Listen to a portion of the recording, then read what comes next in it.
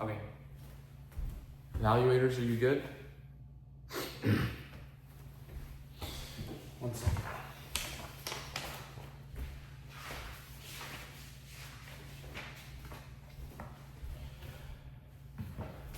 All right, let's get started. So, my name is Jackson Corley, and I would like to start off by thanking my evaluators, my ISM classmates, and my parents for attending my presentation today. So, this is my final ISM presentation for Superior Waste Industries for fuel consumption and operations costs. My name is Jackson Corley. My teacher is Ms. Kathy Thiessen, and my mentor is Mr. Darius Garcia.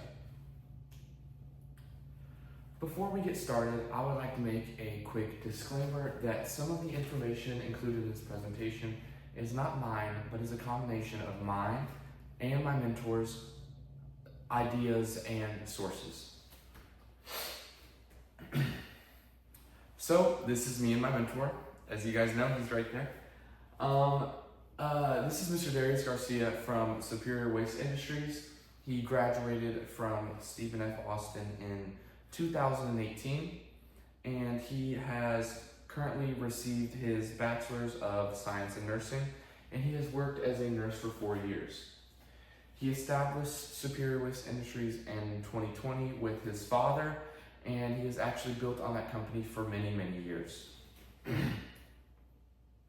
So, what is Superior Waste Industries? Essentially, Superior Waste Industries is a waste management company that does dumpster rentals, trash cleanup, porta potty rentals, and toilet rentals. And what they do is they go across Houston delivering these porta potties, dumpsters, all across Houston to different companies, and they essentially give them these products in exchange for money. And well, in total it costs them a lot for fuel and operations, paying employees. And what I'm doing is I'm actually focusing on helping them maximize their costs. Maximize their profits while minimizing their costs whenever making these deliveries to the different companies. That also feeds into my project. My project is analyzing gas consumption per truck. So Superior Waste Industries has a total of 8 trucks.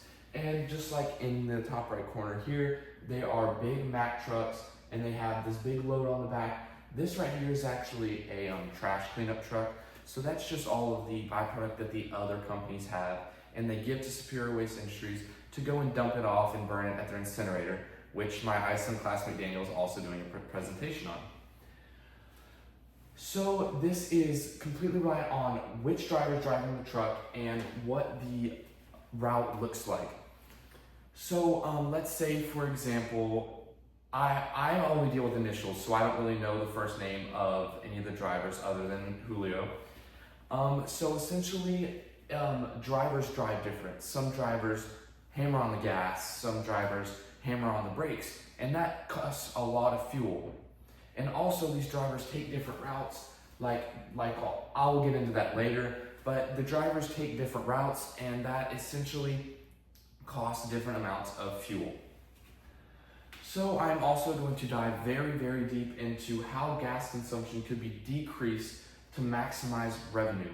So as I mentioned before, I am just seeing how we could we could change the trucks, change how the drivers drive, just to make sure they don't overconsume vehicle gases. So what causes most fuel consumption? That I will dive into that later. Let's keep it on going. So this ISM semester, I have 4 main goals. My first goal here is to identify why SWI is ordering the amount of fuel that they are. My second one is to complete Excel sheets for January and February of 2024 first. And then I will go through the different Excel sheets for January to September of 2024, and I'll go over them multiple times to make sure that I actually get them right and that it is accurate for the amount of fuel that is consumed. Lastly, I will conduct a cost analysis to determine adjustments that I should make to the trucks and to the drivers driving in order to make sure that SWI makes the most amount of money that they can within 2024. Not just 2024, going into 2025, where they will make changes to the trucks so that we can see a difference in the fuel logs when we compare them in 2025. Fuel is a major operational cost. In the transportation-based companies, fuel can represent 20 to 30% of total operations costs. So when transporting all of these goods, you have, let's say you make $1 million, $200,000 to $300,000 solely goes towards total operations costs. That is a ton of money that companies and SWI could possibly be spending unnecessarily. Secondly, companies without direct transportation experience costs are impacted through shipping and supplier price adjustments. So whether that be the oil or the commodities that they provide, whether those change could impact how much they spend on fuel transportation. So like if the fuel fluctuates, like with the presidency or something in the economy, and it goes from diesel costing $2.50 to $3.50, that can extremely impact fuel as a major operational cost for SWI. Lastly, travel costs extremely impact budget and supplier prices in the business industry. So that is with the transportation costs paying the workers and basically supplier demand for how much suppliers come in and actually buy the product. So these are all factors that I have to factor in to how much it costs for SWI to operate and go around the city, giving their dumpsters and picking up trash and dropping off porta potties to big events in Houston like concerts, basketball games, and all of that. So next we have volatility and budgeting challenges. So fuel prices are volatile due to geopolitical events. Geopolitical events could be a change in presidency, there could be changes in the economy, and like back in the 1980s we had an oil crisis with Iraq and Kuwait, and it was really, really hard for the American economy to get this oil until we discovered that we had a ton of oil on our own lands. But this makes fuel prices very volatile because they can fluctuate just due to these events. Another way is natural disasters, whether it be a hurricane like Hurricane Katrina, an earthquake on a fault line, any of these natural disasters can make fuel prices volatile. Next, trade agreements. Trade agreements, like I said earlier with Iraq and stuff like that, those can impact how much gas costs. Last, the supply chain. The supply chain can greatly differ based on, like for example, consumer to producer, and SWI being the producer and the consumers being the different people that buy their commodities. This can also change how much they consume the fuel. So volatility and budgeting challenges. So some of these challenges can be, as I said earlier, costs in the supply chain. Also, material costs. Materials being a new truck, or it could be oil, it could be DEF, it could be all of these different factors that go into the material costs that a spike in fuel costs leads to. Then we have shipping costs, which is, as I said earlier, paying the employee, and also the gas prices. So this is basically what I'm analyzing for this project. Distribution costs, that also feeds right into the shipping costs. One second. So these are some strategies to manage fuel costs. First, SWI should invest in fuel efficient vehicles and machinery. Currently, we are invested in Mack trucks. Mack trucks have been known to be one of the best transportation for a while. However, there are better options. We should invest in other fuel-efficient vehicles, or even just consider them, because currently we've only been invested in Mack trucks, And there's also a Kensworth truck that we're also in that are 2 of the 8 trucks. But we should look into other vehicles or other engines that could help us, that could help SWI maximize their profits. We could also, this is one of the key points in my presentation, okay? Optimize logistics routes. So currently there are some routes that SWI drivers are taking, but we should optimize these routes so that they're not going all over the city inefficiently and going stop by stop so that they don't spend as much fuel in DEF and overall decrease the amount of money that SWI makes. We could, SWI could also negotiate long-term fuel contracts with companies to keep the same fuel prices and not have it range, or use fuel hedging. Another way is to adopt alternative fuels. There are alternative fuels for diesel that could be way more profitable than actually just using diesel from a gas station. Although it is very easy when making long drives, just having a few tanks of gas that we could use for these Mack trucks in the back that would be cheaper than actually purchasing diesel from another outside company would actually be very more profitable per se. This comes with my main solution. My main solution would be trailer tails.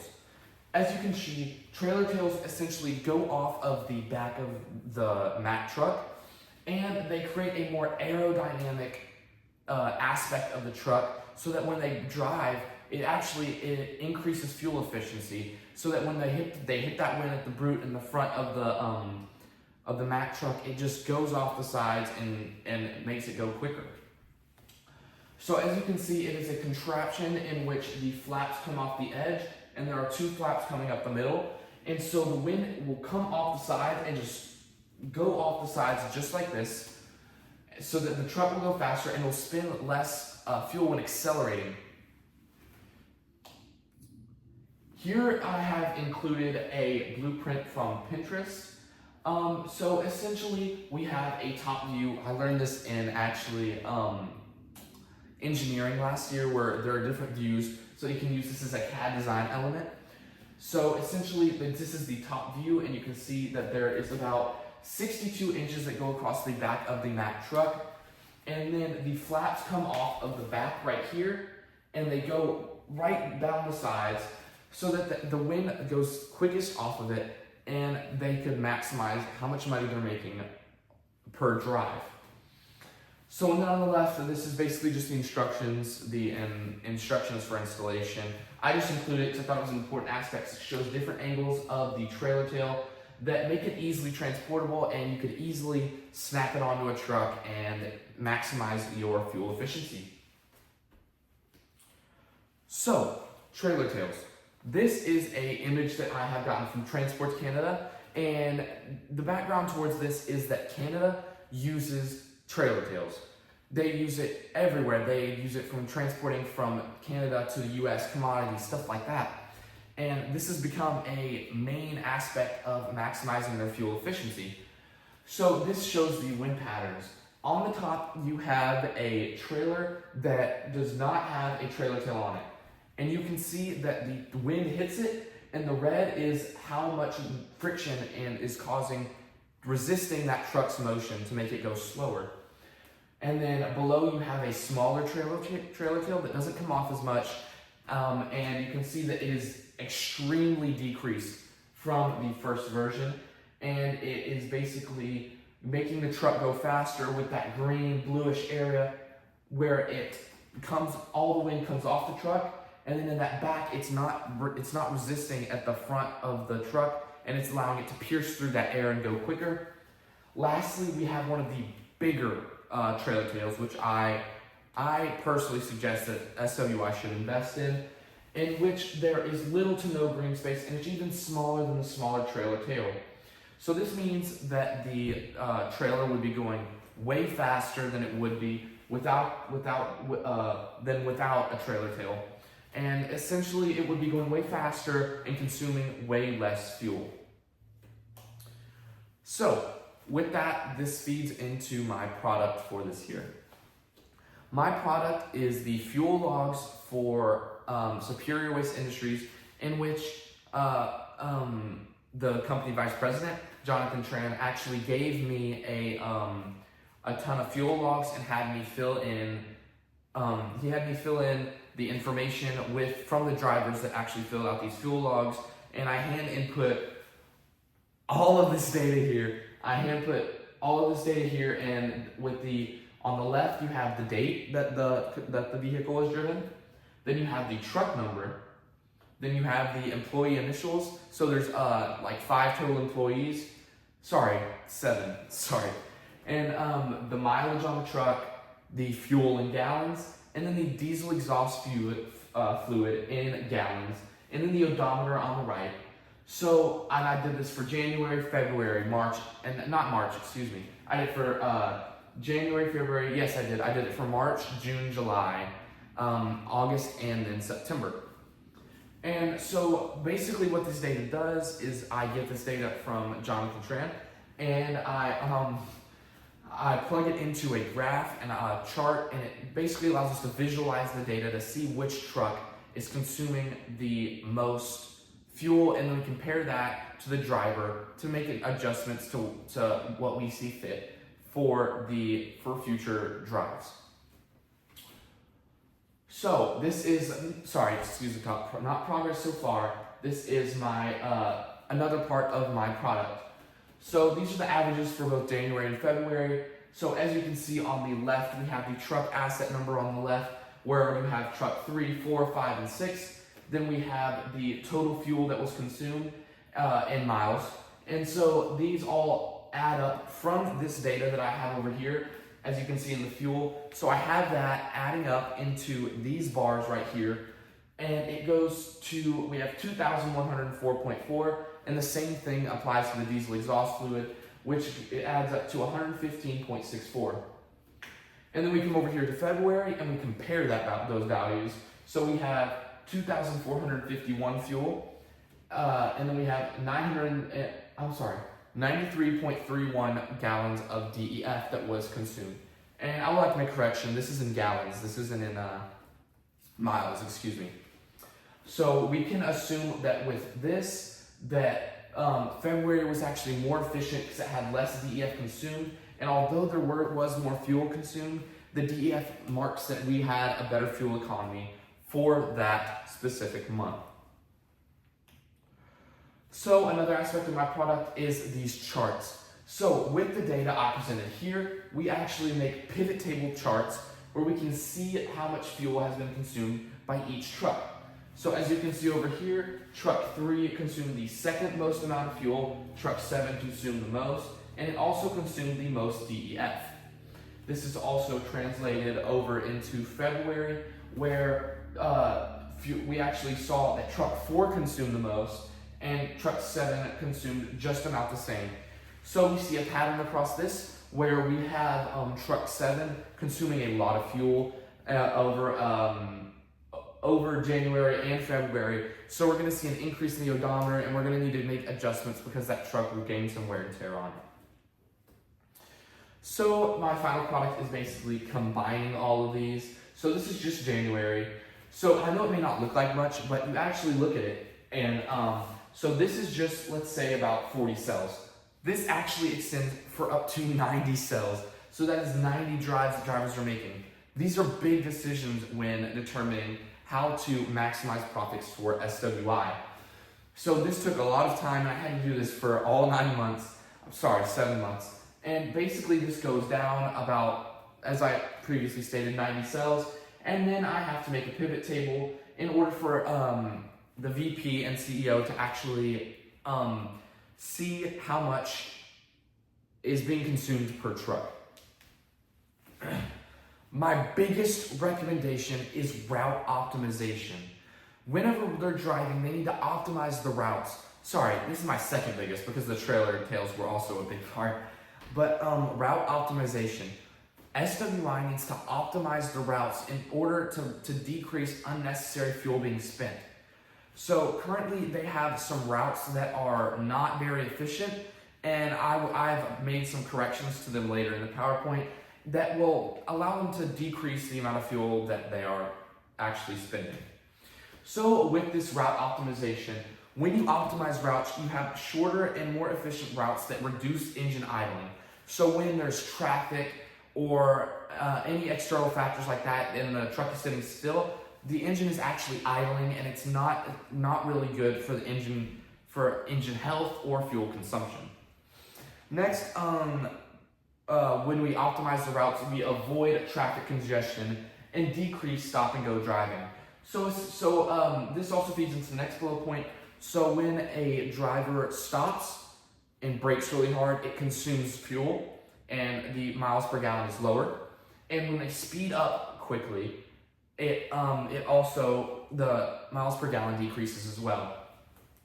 So essentially, whenever they are speeding up and slowing down, they're spending a lot of fuel unnecessarily.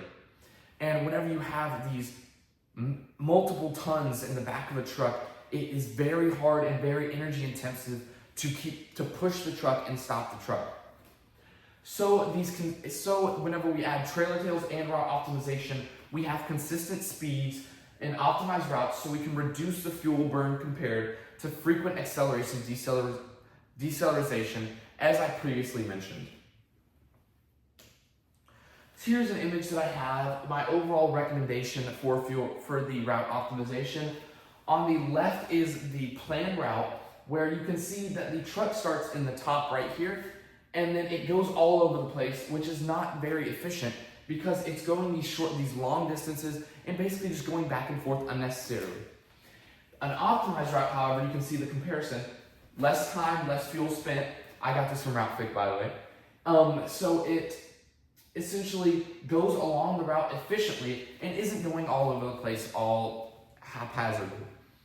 And so this is a current SWI fuel. This is their current route.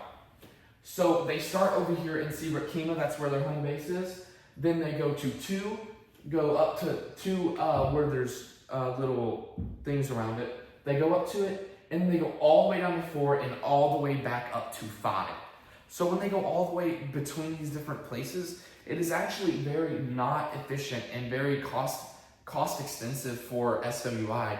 And really what they should be doing is going from 1 to 2 to 3 to 5 and then to 4, so that they don't spend too much fuel in total. So why do I like this project? This project gives me an insight into finance and correlations to operations. And there's also real-world application in which I can apply the fuel cost and route optimization into the real world. Also, what comes with this is the problem solution analysis. So essentially, I was provided a problem, and I was able to go in and solve this problem and actually apply it to the outside world so that I could help SWI in total, and I could actually improve the fuel efficiency. So on the right, we have a little graph that I like to refer to, where we define the problem, diagnose the root cause, identify and implement a solution, and sustain the results. So we saw the definition of the problem with the fuel logs, and then we diagnosed the root cause, which was the lack in fuel efficiency.